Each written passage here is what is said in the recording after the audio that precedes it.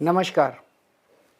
आज दिल्ली के चुनाव के नतीजे आए हैं और जनता का जो भी निर्णय है, जनता का जो भी फैसला है, उसे हम पूरी विनम्रता के साथ स्वीकार करते हैं। जनता का निर्णय सर माथे पर।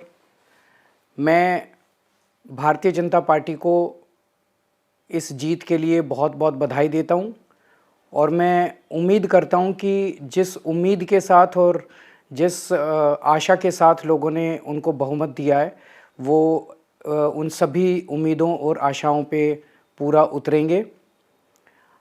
हमने पिछले 10 साल में जनता ने जो मौका दिया हमें, उन 10 सालों में हमने बहुत सारे काम किए। शिक्षा के क्षेत्र में, स्वास्थ्य के क्षेत्र में, पानी के क्षेत्र में, बिजली के क्षेत्र में और भी अलग अलग तरीके से लोगों को राहत पहुंचाने की कोशिश की उनकी ज़िंदगी में, और दिल्ली के इंफ्रास्ट्रक्चर को भी हमने सुधारने की कोशिश की।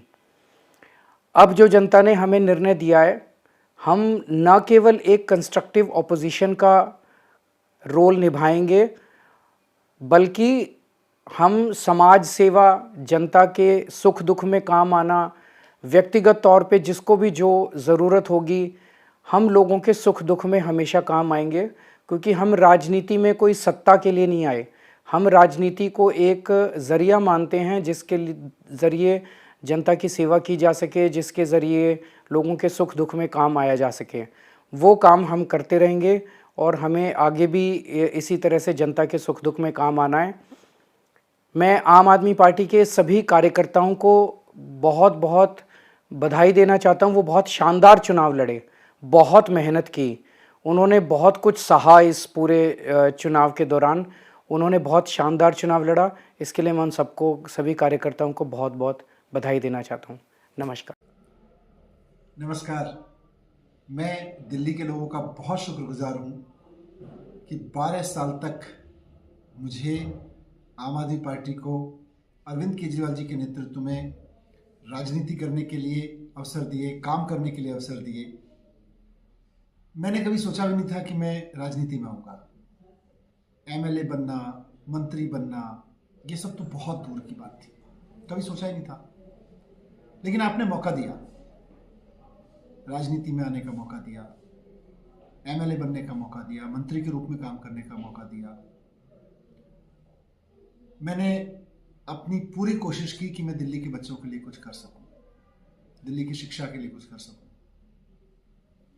मुझे बहुत खुशी है कि कुछ काम हुआ है इस दौरान। अब दिल्ली की जनता ने ये मौका नहीं दिया है, पहले मौका दिया था। तो जब मौका दिया तब खूब मेहनत की थी।